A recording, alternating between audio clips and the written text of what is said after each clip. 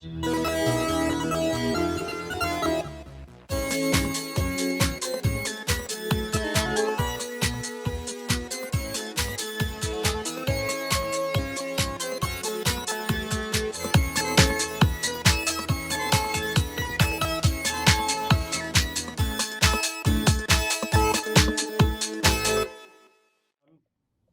and welcome to our first virtual CMI Masterclass for the percussion department. As we meet together in this session, please know that we are recording this class. With that in mind, please mute your audio, and I've taken the opportunity to mute most of you, but keep those muted. There may be an opportunity for questions later in the session, and there will be. So if you have questions as we're going along, pop them into the chat, and I'll be monitoring that, and then I'll pass those on to Zane and to Chris. During the question time, please mute your audio when you're not speaking. So our guest presenter today is Chris Hofer from the Southern Territory, and he's going to be doing some drum set stuff. And Zane Koehler will be kind of hosting this and taking us through that. So I'm going to get out of the way and turn it over to these two guys now. Thank you very much. Good morning, everyone. If I haven't met you, I'm sure I will someday. First of all, I want to say I missed all you guys, and this is it's very unfortunate we can't be there in person, but we got this awesome opportunity. So I'm excited to see what we get from this, and just know we really wish we can be there with you guys in person. So like Marty said, we got Chris today with us. I'm gonna do some awesome drum set playing. I've had the privilege to see him play with me just standing behind him and observing him a couple of years ago, and then just seeing videos and everything. So he's an amazing drummer. I'm very excited for you guys to see what he's got to share with us. We'll have time for questions and everything, so like Marty said. So I feel like we'll just save time and just dive right into it. Hope you guys get a lot from this. It's gonna be an awesome time. So go ahead, Chris. Awesome. Well, welcome everyone. Man, what a privilege it is to be able to talk with you this way via Zoom, and a privilege it is to talk about this instrument. If you don't know, the drums were the very first musical instrument created by mankind.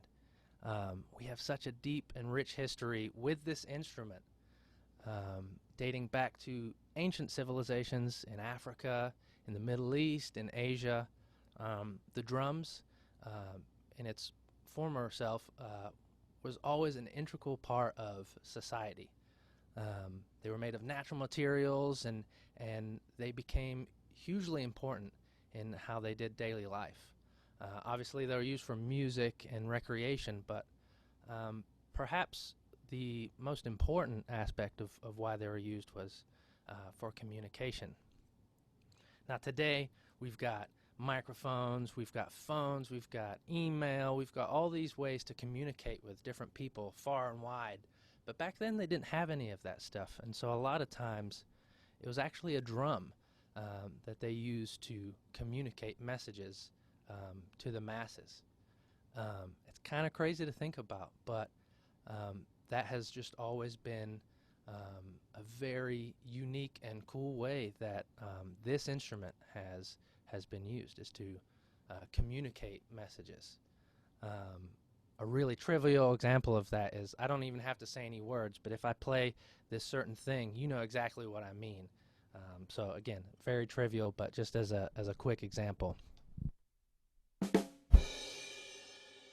Right? If you hear that, you know somebody just cracked a joke. That's really cheesy example.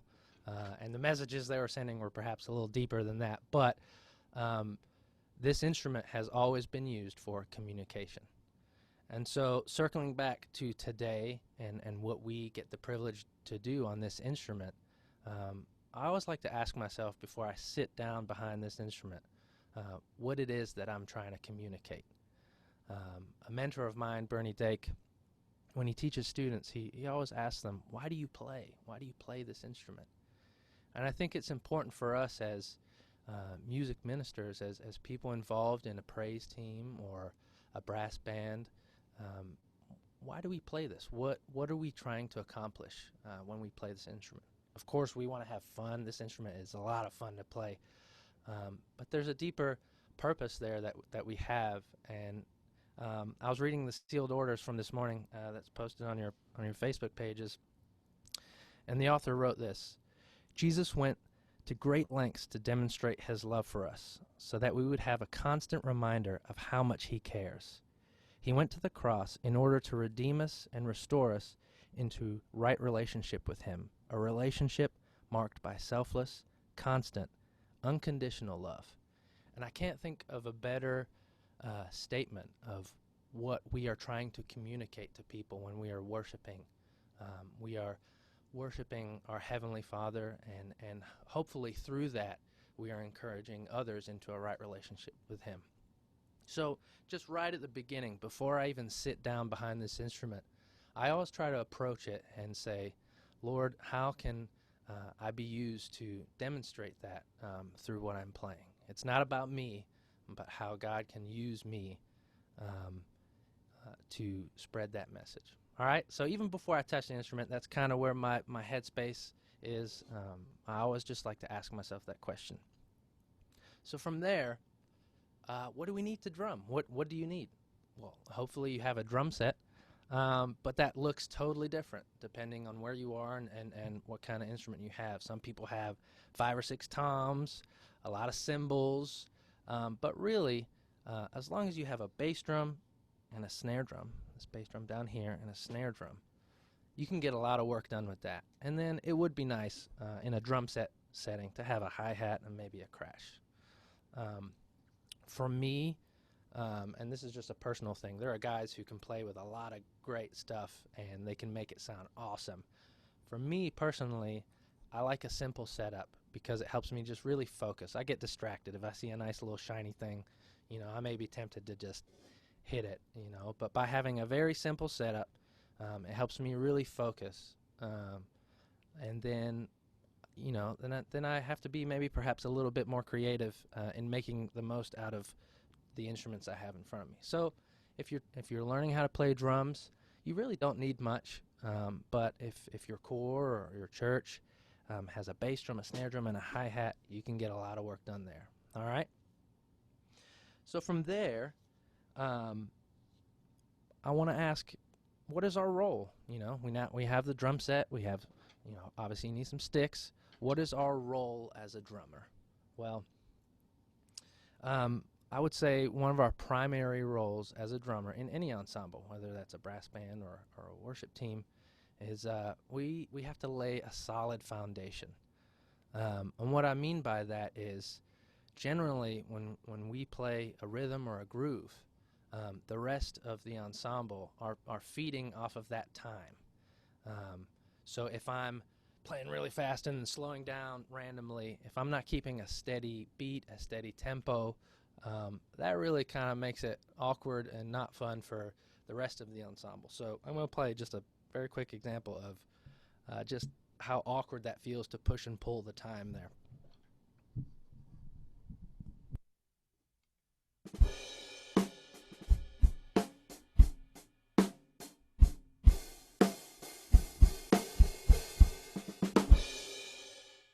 Right, that doesn't sound very good. It feels really awkward, and you can't really expect people to play on top of that. Like, how can they follow, right? So our role as drummers, as percussionists, is to keep a really solid foundation. So here's an example of what that should sound like.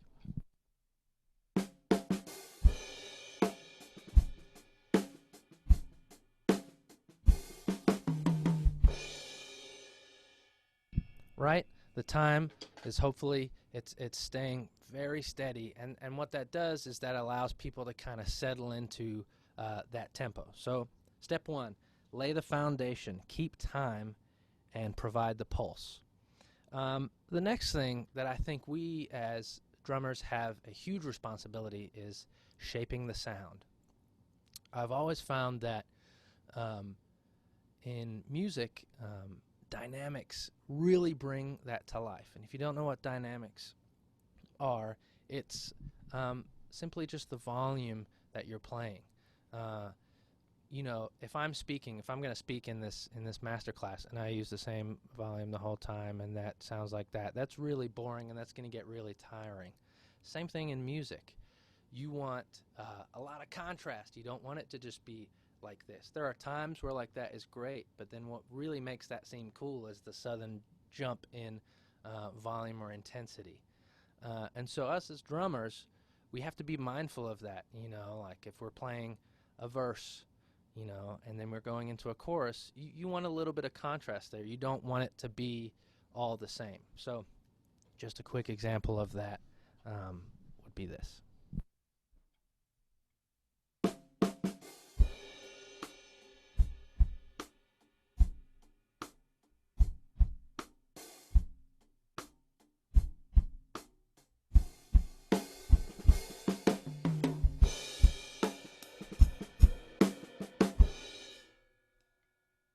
Right? So in my verse section, I kind of kept the volume a little bit lower, and then as I got to the next section, what I did to bridge that gap between the verse and the chorus is I brought the volume up a little bit and then added a little more energy, right? So we, as drummers, can really shape that sound. I've often found that the quieter I play, it encourages the ensemble around you to also play quiet. But if I'm playing really loud and the rest of the group are trying to play soft, it's really hard for them to play soft if I'm just hitting really hard, So for me, it's almost a game. Like, I really do like to exaggerate dynamics to see, like, if the music says piano, like, how quiet can I play? And in doing so, how quiet can I get the group around me to play? And you want to be responsible with that. I'm not just doing it for the game of see how quiet I can make it. But if the music is calling for a quiet passage, I really want to make sure that I'm not the one that's causing the entire group to play loud, right? So be intentional of that. Shape the sound. Add varying dynamics. When you learn a new song, like, what is the shape of the song? Does it just do this most of the time, or does it start up here and come down here? So just shape the song. So that's number 2. Lay the foundation. Number 1, shape the sound. And then the third thing is provide the groove. Now that's not just tempo. Groove is perhaps the style that you're playing. So for the most part, so far what I've been playing is a pretty straight ahead rock groove. But maybe there's a song that has a little bit more of a shuffle.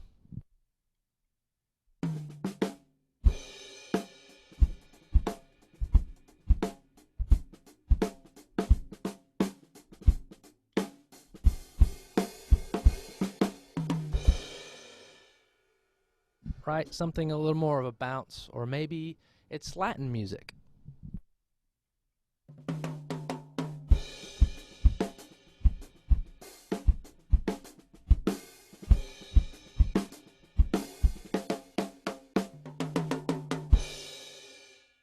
Or maybe it's jazz.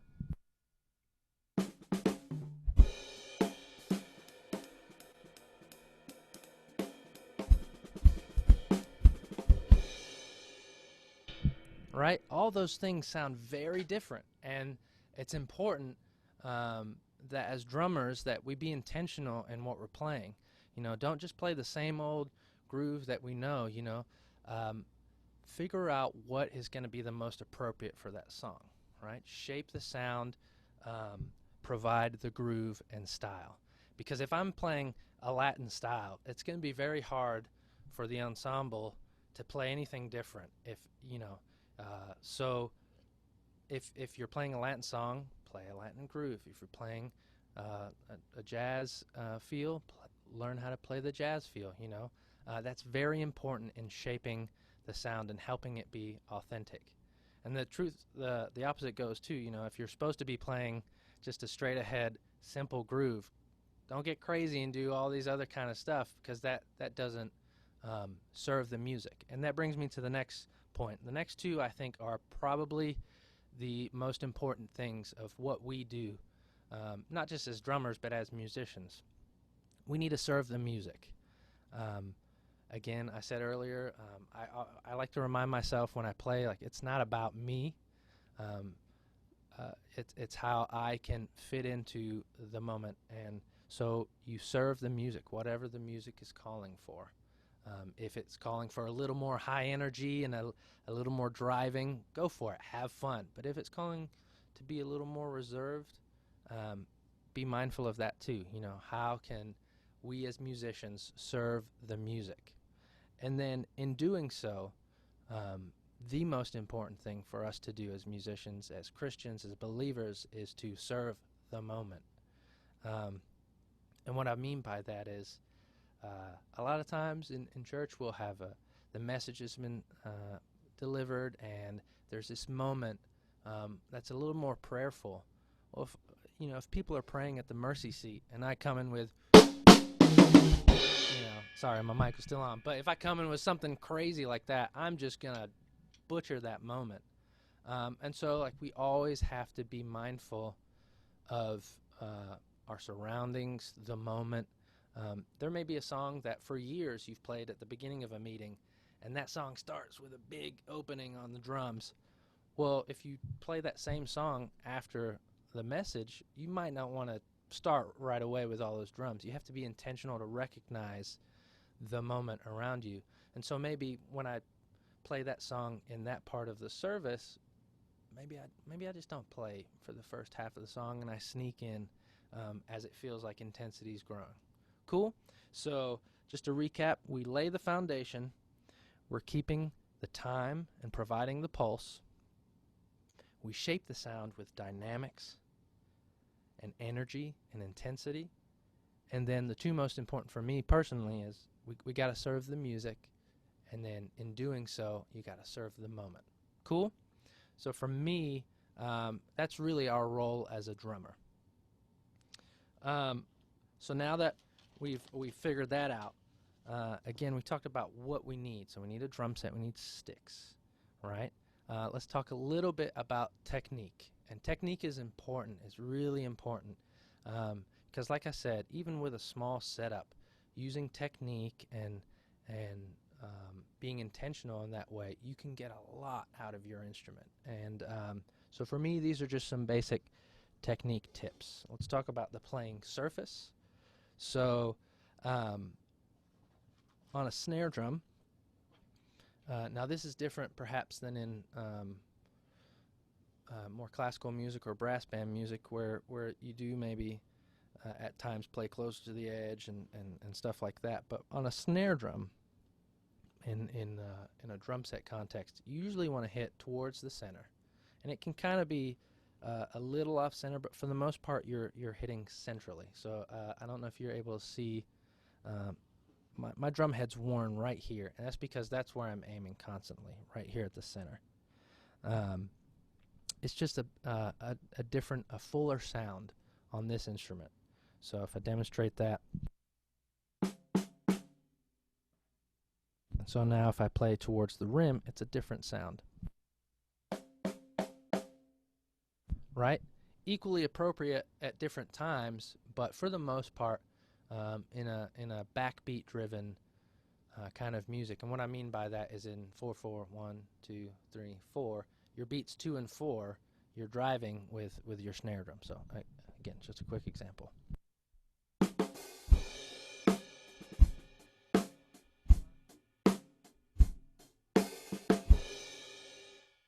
Right there, 2 and 4. And if you notice, what I was actually doing there is it's called a rim shot. And to do that, basically, you want to make contact with the center of the drum and the rim at the same time. And what that does is produce a really full, beefy sound. And especially in backbeat-driven music, that's kind of what you're going for. And there's a little bit of a misunderstanding that is always loud. Loudness doesn't really come into play when you develop technique. You can play a rim shot really quietly. It's all about technique. And so for me, stick height is key.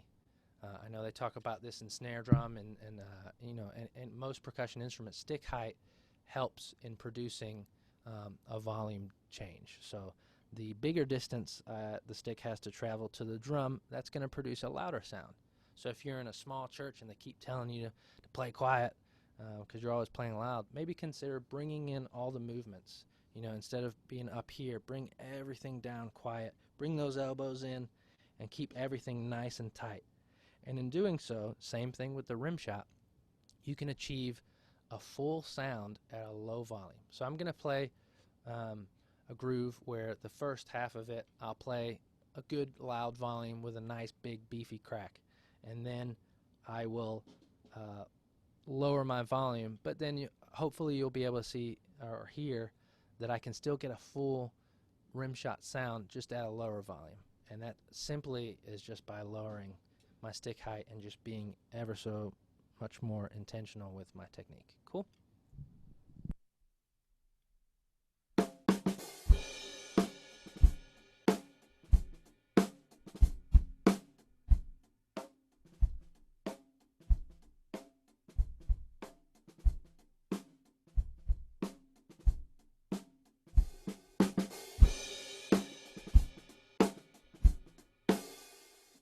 Cool. So hopefully that translated through Zoom. But yeah. So for me, when you play softer, you don't lose intensity. You shouldn't lose.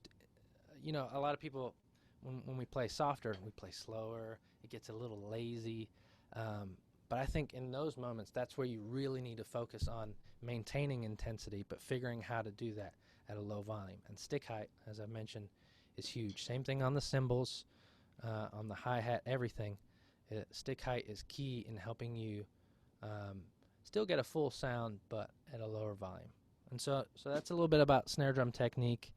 Let's talk about hi-hat. Now, there are times where playing with the tip of the stick on the hi-hat is appropriate. Maybe in Latin music, like a little bossa, you want that nice light sound. But for the most part, in praise team, worship band, music, and even in a brass band where you're playing with a lot of instruments, I like to use what's called the shoulder of the drumstick. And that, again, you get a really full, beefy sound. So let me just show you the difference between the two.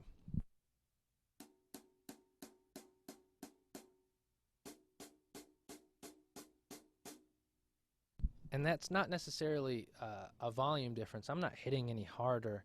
It's just the two different sounds produce. One is lighter and one is a little fuller sounding, maybe a little more sustained. And so for me, when I hear a groove, I want to hear something with a fuller sound. So let me play with a fuller sound, and then I'll go to the other technique where it feels a little bit lighter, and see if you can hear the difference there.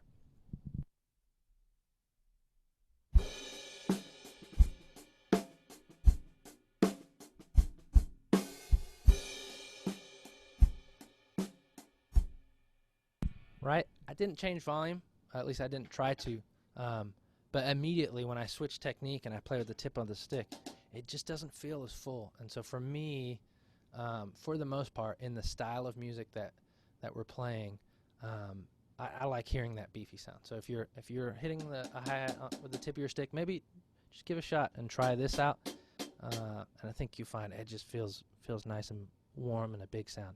Same thing on a cymbal. Unless you're doing, like a slow section where you're, doing kind of gentle cymbal-y kind of stuff. I really don't, and this is just a personal pet peeve, I don't like hearing a crash where someone hits the cymbal with the tip of the stick. Sure, that sounds okay, but by hitting with the shoulder of the stick, you'll get a much fuller, warmer sound.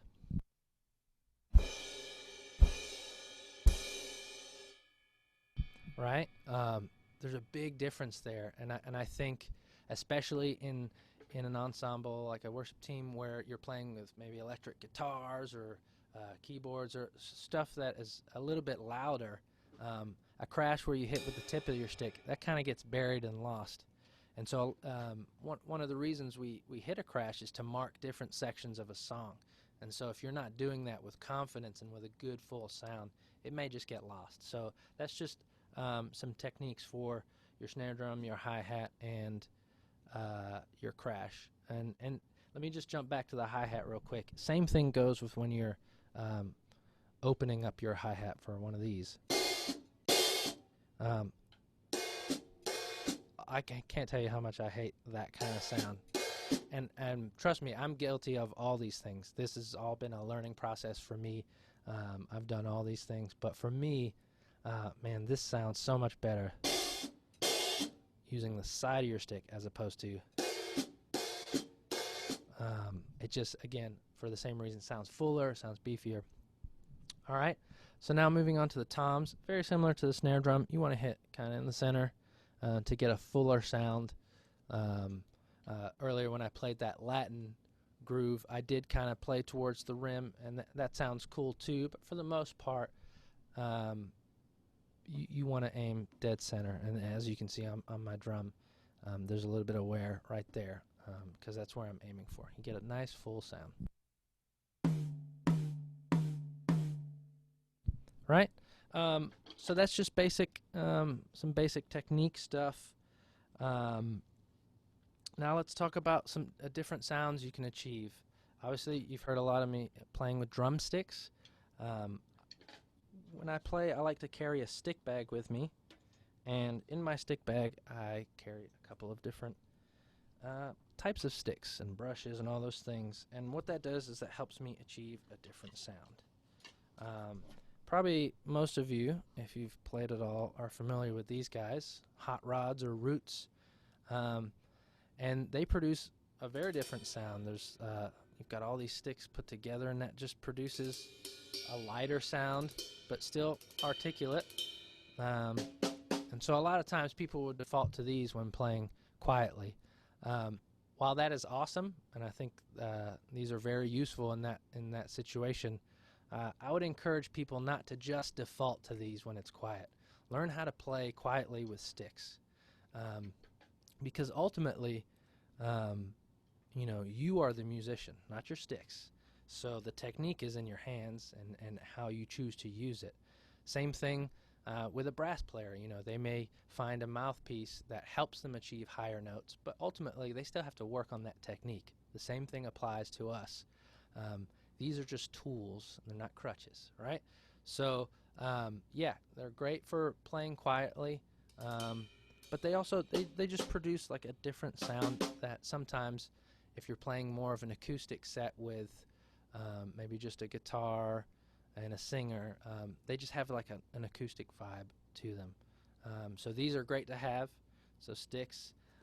For me, I love these kind of sticks. Now, they're mallets on one side and they're drumsticks on the other side.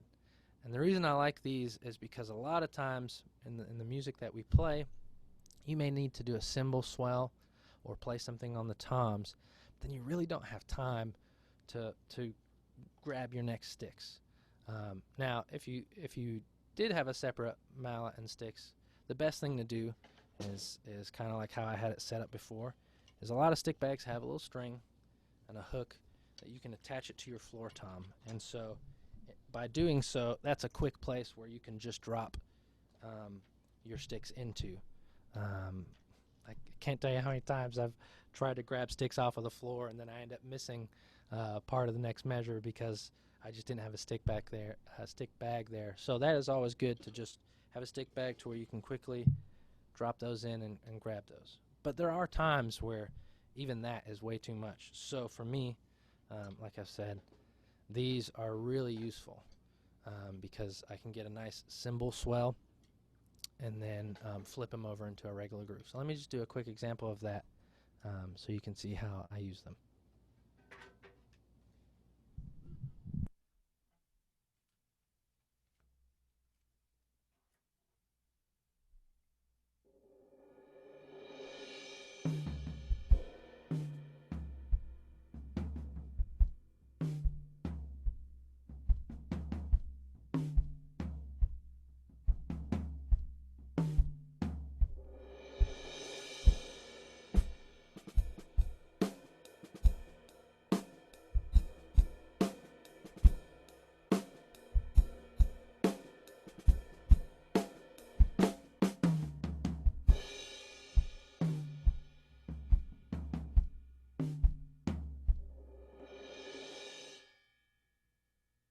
right? Perhaps not the smoothest transition, but in a pinch, those work for you. All right, so these are really awesome.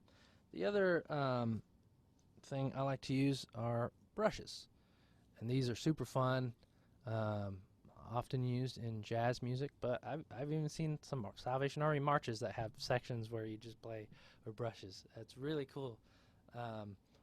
But so these are just a bunch of wires, bristles, I don't know what the official term is, and you just get a totally unique sound out of using these, especially on the cymbals. It's much lighter, but you can get some cool sound. So let me just play a quick something using this.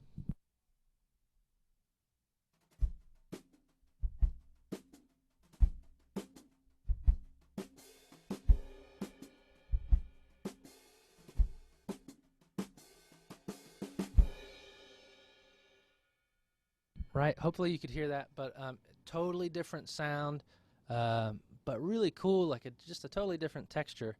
And you can use this metal part in the back to create some nice cymbal sounds, right? Or again, if you don't have time to pick up a pair of mounts and you want to do a cymbal swell, rather than do this, which is cool, but you can hear a lot of the cymbal strokes, I like to flip them over and use this rubber part. Now sometimes brushes are they're plastic here, but if you get ones that are rubber, you can get a fairly smooth cymbal swell by using the rubber. So those are just a few of the tools that I like to have in a stick bag. Of course, you want your drum key, and if we had longer on this call, I would delve into a little bit of drum tuning, which is really important. You can make very cheap drums sound awesome if you just take care of them. And again, one of my mentors, Bernie Dake, once told me when I was little, if you take care of your equipment, it will take care of you.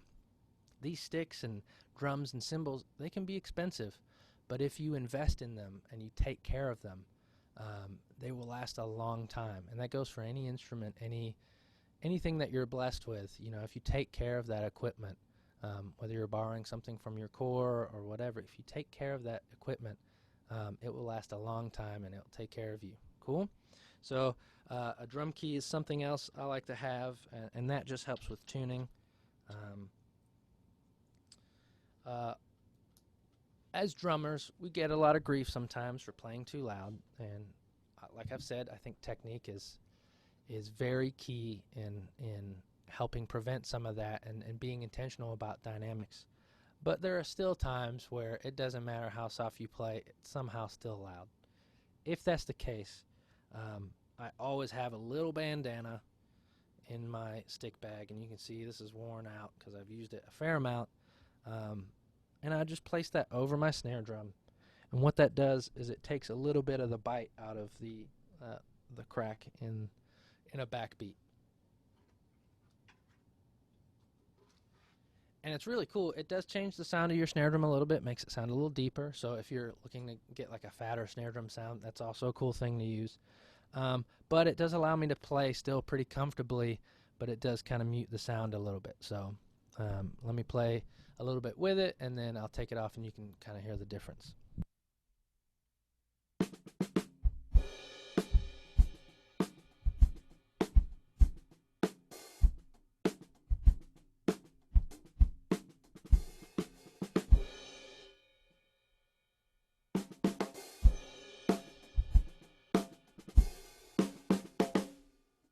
Right, you hear the difference?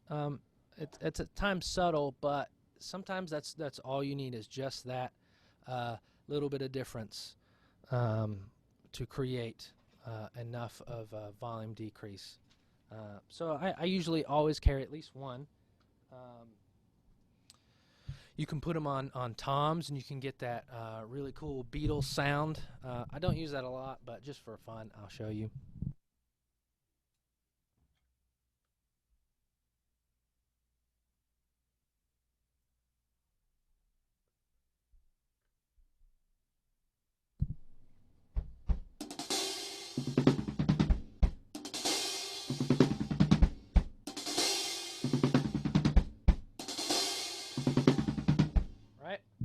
So again, I don't really use that a whole lot, but it's fun, and it's a vibe. It's just another tool in your arsenal to be able to use. And again, this stuff's not always appropriate, so that's why you always got to circle back to, am I serving the music by doing this, or is it just a gimmick?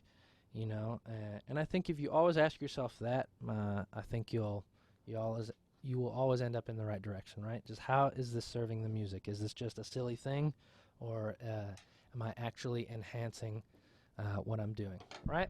So those are a couple different ways that you can get some different sounds out of the instrument using different sticks, and some muting stuff. All that kind of stuff is super helpful.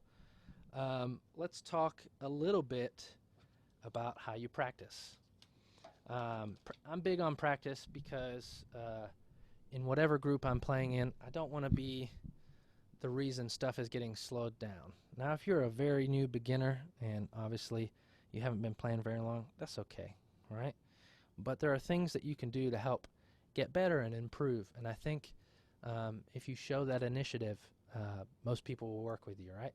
So for me, when I'm learning a new song, there are a couple steps that I like to go through. And I've spoken a little bit about this, and it's familiarizing yourself with the genre. What style of music is this?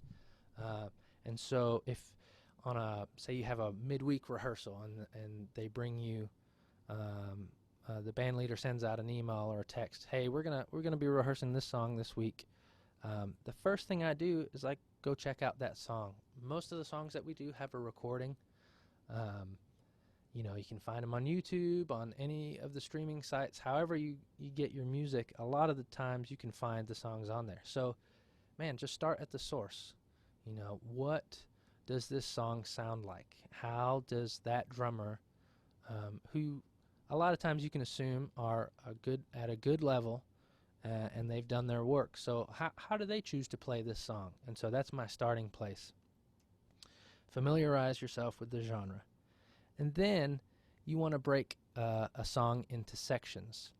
And so for me, I always like to, especially if they've given me a piece of music, I like to break the song down and write out what is called a roadmap. And all that is how do you get yourself from the top of the song to the end? Like, what do you do? How do you get there? And I do have a document. It may take me a second to pull it up, but let me do that because I think it's important for you guys to see it.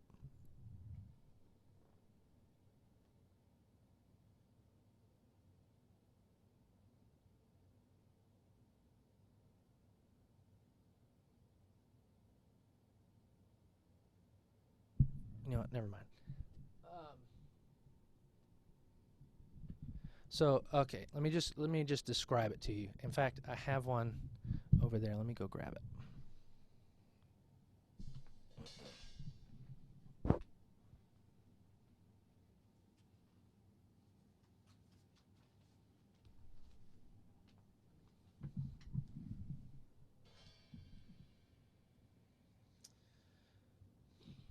All right, so hopefully you might be able to see it if I hold it closer.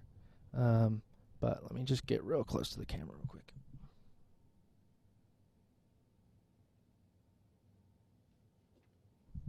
Right, so anytime I get a new song, I grab the sheet music if I'm able to get it, or even it might be a blank piece of paper, and I write out this roadmap. And like I said, it's how do I get from the beginning of the song to the end. And so I develop a little shorthand, which I think is very common. I means intro or instrumental. Then you have V for verse, you have C for chorus, and B for bridge. And I just go and I chart the song out. I break it down into sections. And this is really great because it helps you kind of know where the song is going. And as I talked about earlier, we want to shape the song. What I do is then, I've written I for introduction, and then I do a little dash and I write a note. What is the drummer doing? What am I supposed to be doing? Sometimes the band is all in at the top, and so I write all in. Or maybe I don't play until the second verse, so I write out. And I think going through the motions of actually writing that stuff out is really important. One, because it helps you figure out what the roadmap is, but then two, just even in writing that down helps you internalize that song. And so for me, it's really important to practice until I've got it internalized, because once I'm up there on a Sunday morning or whenever you're playing with the band, I want to be familiar enough with the music to where I can actually worship. I don't want to be so stuck and focused at looking at my lead sheet, especially in worship team, where a lot of the stuff is fairly repetitive. There are times where I do keep the music on my stand just as a safety, especially if it's a song that is really, really new and maybe we only had one rehearsal on it or whatever. I do keep it there for a safety. But ultimately, my goal is to put in the work in the practice room, or so that when I show up to rehearsal, I'm already kind of prepared. And then at that rehearsal, we're now making music. We're making musical decisions. We're not stopping to figure out why me as the drummer, I couldn't play that groove or I couldn't figure it out. Show up as prepared as you can to a rehearsal so that quickly you can then dig into the music and how to bring this alive. And then when you do actually play it on a Sunday morning or in a church service, at that point, I'm now worshiping, because I'm not worried about the little details, because I've done the work and now I can just be in the moment and worship. For me, when I play drums, that's some of the closest I've ever felt to God is in the middle of that moment.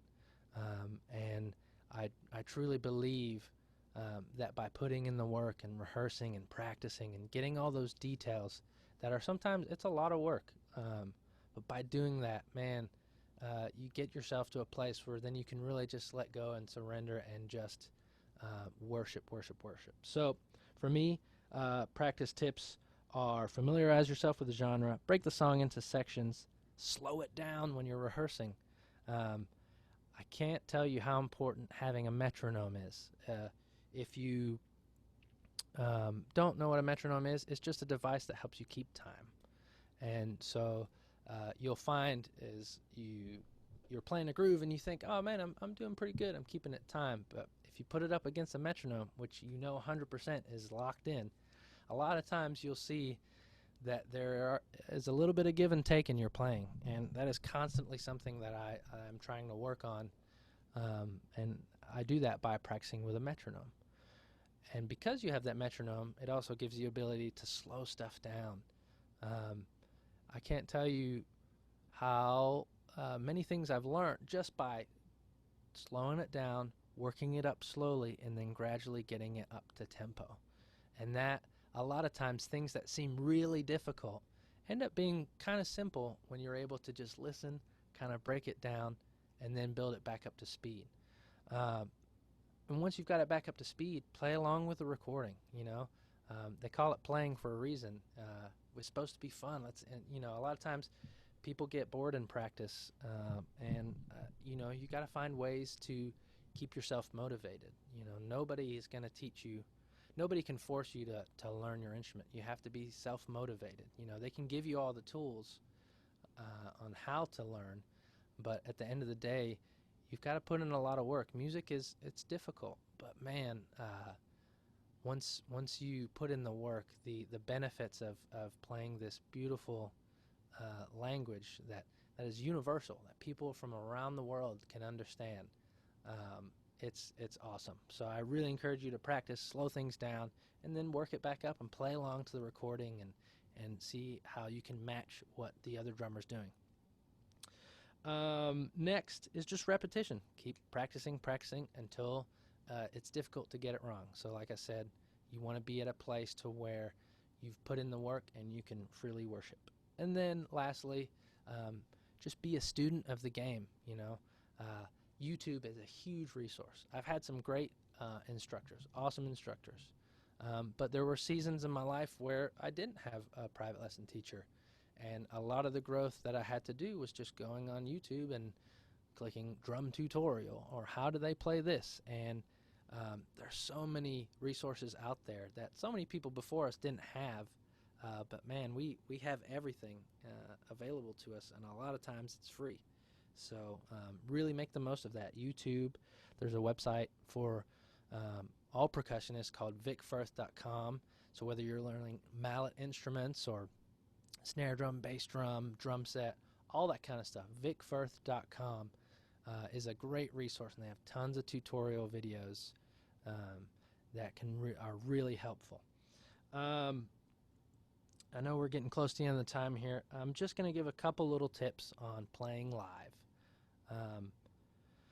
One of the biggest things I can hopefully impart on you guys is, for me, when I used to play, I used to get really, really nervous. And I was always a kid that put in the work. I practiced, I rehearsed, I did everything I was supposed to do. But man, when I would get up there and play, I would get really, really nervous. And again, I keep bringing up Bernie because he's been a huge mentor in my life. And he pulled me aside one day and he said, "Chris, it's not about you. It is not about you. Remove yourself from the equation." And what that did for me is when I sat behind the drums and I was nervous, I would say to myself, "Okay, Chris, it's not about you. It's not about you." And what he meant by that is focus on God. Like, that's why we do this, Even if I'm playing secular music, this is a gift that God has given to us, the ability to make music. What a gift, Like, I want to glorify God by playing back to Him and find ways to worship in that, So especially on a Sunday morning or whenever we have been given the privilege to lead worship, remove yourself from the equation. It's not about you. And for me, that just released a lot of the weight of, oh man, everybody's looking at me, so that's key. Before I sit behind the instrument, a lot of times I like to say a prayer. And for me, I really like to be behind the instrument and just put my hands on the instrument and say, "Lord, remove me from the equation," and I pray that I can worship you freely in this moment. And so in doing so, that has helped me remove a lot of the nerves and kind of reprioritize my focus. So live playing tip number 1. Number 2, have fun, breathe. Again, when I was younger, I used to be so involved in what I was having to play that I just kept my head down. Man, look up, look around, smile at your band members. Like, you guys are a family. It's a worship team. You're look around and smile and just be engaged in the moment. Remove yourself from just the tunnel vision that we oftentimes get. The next thing, focus on the leader. So you don't want to be so looking around that you're missing some cues from your band leader. A lot of times a band leader can give some really subtle cues, whether that's a little phrase he says or a little kick flip or something to let you know that they're going to do an extra chorus or something like that. So be intentional about when you're looking up.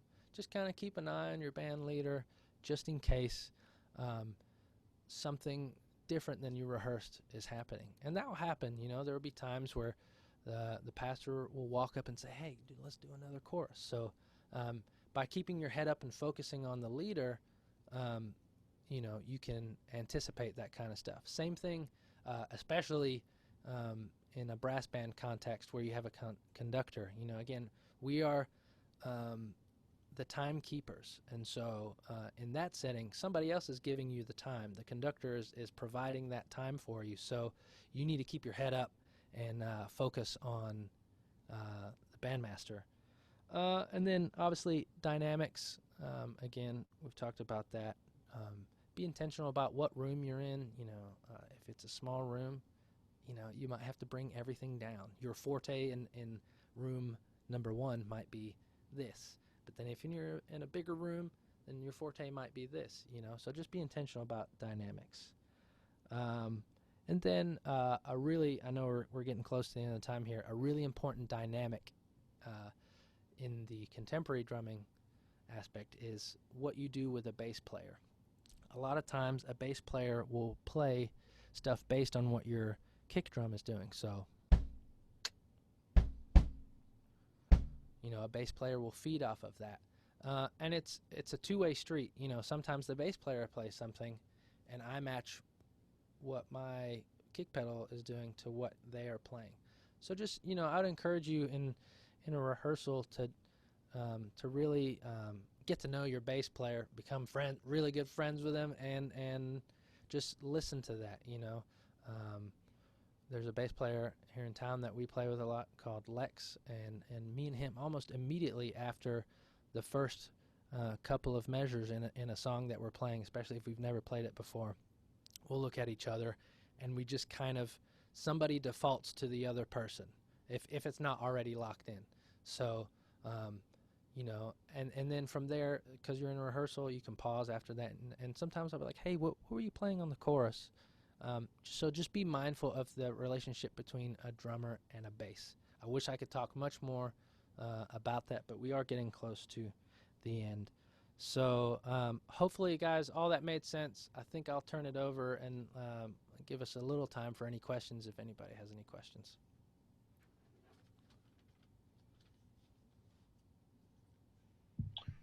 All right, I'm not.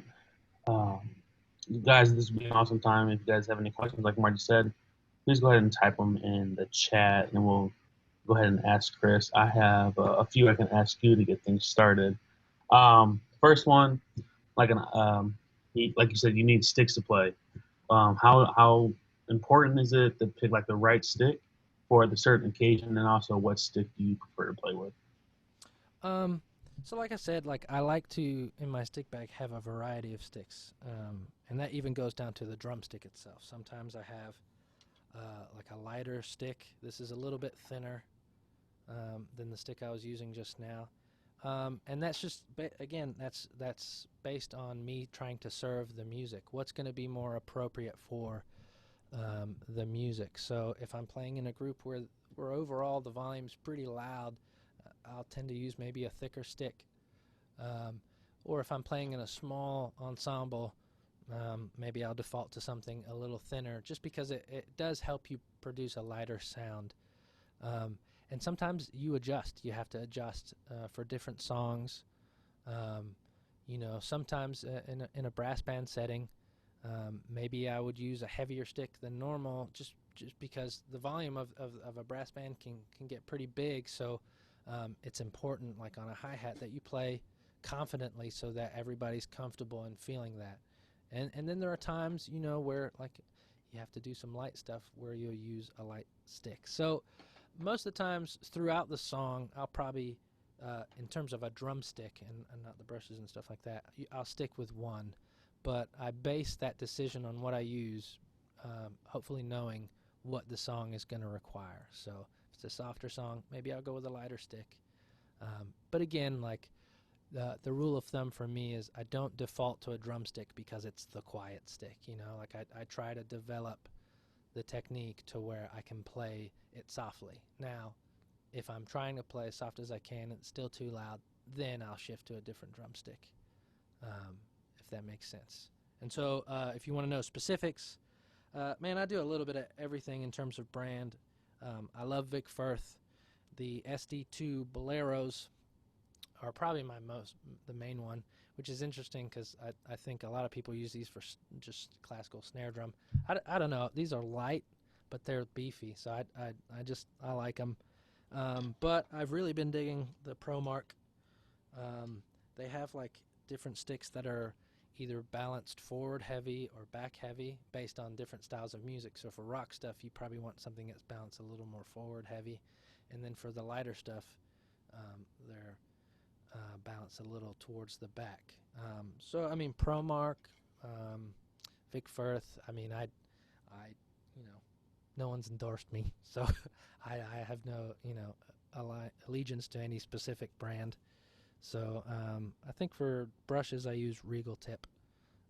But man, experiment. Like what works for me might not work for you. Like I think I made the mouthpiece analogy earlier. Like you just got to try different stuff, and again, if you take care of the equipment, they'll last a long time. You can make drumsticks last a decent amount of time, especially brushes and mallets and stuff like that. So yeah, just try them all out. Cool, yeah. So a question came up kind of about your snare. So as drummers, we kind of have endless possibilities of the drums that we can play on, whether it's what the shells are made out of, the types of drum heads and everything. But when it comes to your snare, do we see that you have a pretty deep snare?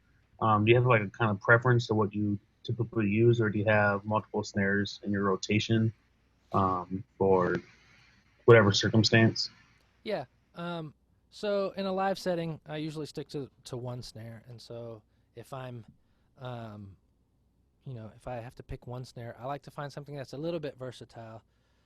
So for me, like the deeper snares, they sound pretty good when you tune them pretty high, but then when you want to do some lower, deeper sounding stuff, they also sound really good. So this one, I think it's 6.5 deep, and it's actually 13 inches in diameter, which is smaller than like your traditional snare drum. But yeah, I tend to favor the deeper snare drums for most of my drum set playing, just because I think for me, like I get a wider range of sound if I need it.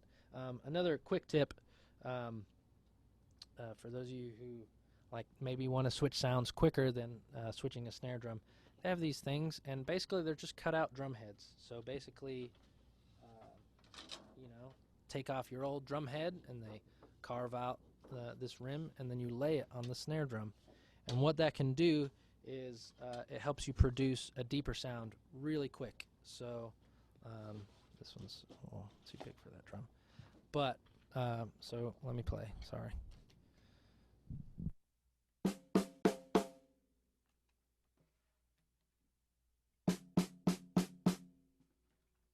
So just by, hopefully you can hear that, just by placing this on the drum itself, I've changed the sound of a drum.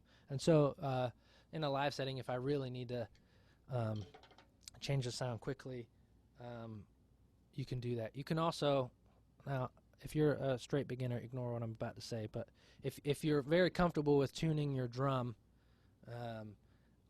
if in a pinch, if I just want a deep sound, I usually take these two lugs right here and I just loosen them all the way. And that pretty quickly will get me like a deeper sound, and sometimes it may take a few more, but I would only do that if you're pretty comfortable with tuning, because then you can, on the next song quickly, you can crank it up the right volume to get it to where you're at. So usually I would stick with a deeper one for me. Long story long, I would stick with a deep snare drum. But if I'm, if I have time to switch, I do have a thinner one that I like using for perhaps the more energetic, higher pitch sounding snare drum stuff. Cool. Right, yeah. So another one came in that I'm sure a lot of us have either experienced or will experience in the world of Salvation Army drumming. So how can you manage to feel free when it comes to playing with a brass band where you have to follow sheet music? So I think an important thing is uh, you have to get yourself to a certain level to where your conductor or whoever's leading the band has a bit of trust in you to have that freedom. When I was 12, there was no bandmaster who was going to say, hey, just play what you want. And so that's why the sheet music is there, is to guide us. It's a little bit different for drum set in particular. Everything else in the band, when it's written this note, like they want that note. Sometimes with drum set, it's hard to write for drum set music, and so sometimes they'll say ad lib, and so when it's like that, you treat the drum set part as a guide. But again, it's really important that you have that trust with whoever's leading the group, that you've put in the work and you've dedicated the time to familiarize yourself with the genre, that you're not just being free for the sake of, oh, I've been working on this really crazy fill with my double bass pedal that I want to throw into a brass band piece. Familiarize yourself with the genre. Know what would be appropriate if you did choose to maybe get a little free. And so for me, I had to put in a lot of work to get to that place where a conductor would say, okay, what's on the page is just a kind of a guide. So I would say learn what's on the page, play what's on the page, and then the next step is to bring that music to life. What is it that the conductor or the composer is really wanting here that perhaps they weren't able to write out, you know?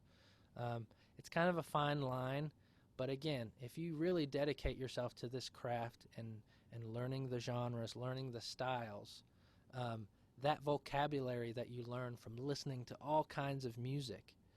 Playing drums is a language, right? So vocabulary is little things that you learn, little phrases, that becomes your vocabulary. And so if you put in the work on learning all these kind of things, when you do actually have a bit of freedom from the drum set and a brass band and throw it in, it makes sense and it feels good and it's not going to be a distraction. So there's a fine line there, but you want to do it in moderation, you know. There are certain things that are non-negotiable, like there will be certain rests there. You can't just play through rest, you know. So you just have to pick and choose your moments on where to do that. It's difficult to really explain that because it is a very subtle thing, and there really are there's no easy guide on how to do that. But I think I would say learn the genre of music that you're playing, go listen to good drummers, and then in moderation add some of that stuff in. And then sometimes it won't work, and then you have to revert back to maybe what was on the page. And so, you know, again, use your ears and see how what you're doing affects the rest of the band. If it's a Latin song and the thing says ad lib, but I do like this really complex Latin thing, sometimes I may throw off the rest of the band. And so sometimes it's easier just to kind of play something simpler. Even though, man, I've been working on this awesome Latin groove that would sound awesome, sometimes you just gotta, like I said, serve the music and know that if I do that, I'm gonna throw off a bunch of people. So it's a give and take, and it's a balance, and it's getting that trust with whoever's leading the band, and in moderation. And we are out of time, unfortunately. Chris, some great stuff today. Time flies, you know, Yeah. It really went quickly. We want to thank you for your time and for your expertise. Again, want to thank you. Zane, thank you for hosting. Good expertise. And for all you that are out there, great to see you here. We had almost a full class. Almost everyone that signed up was here, so that's really good. And we'll see you all tomorrow. Thank you very much.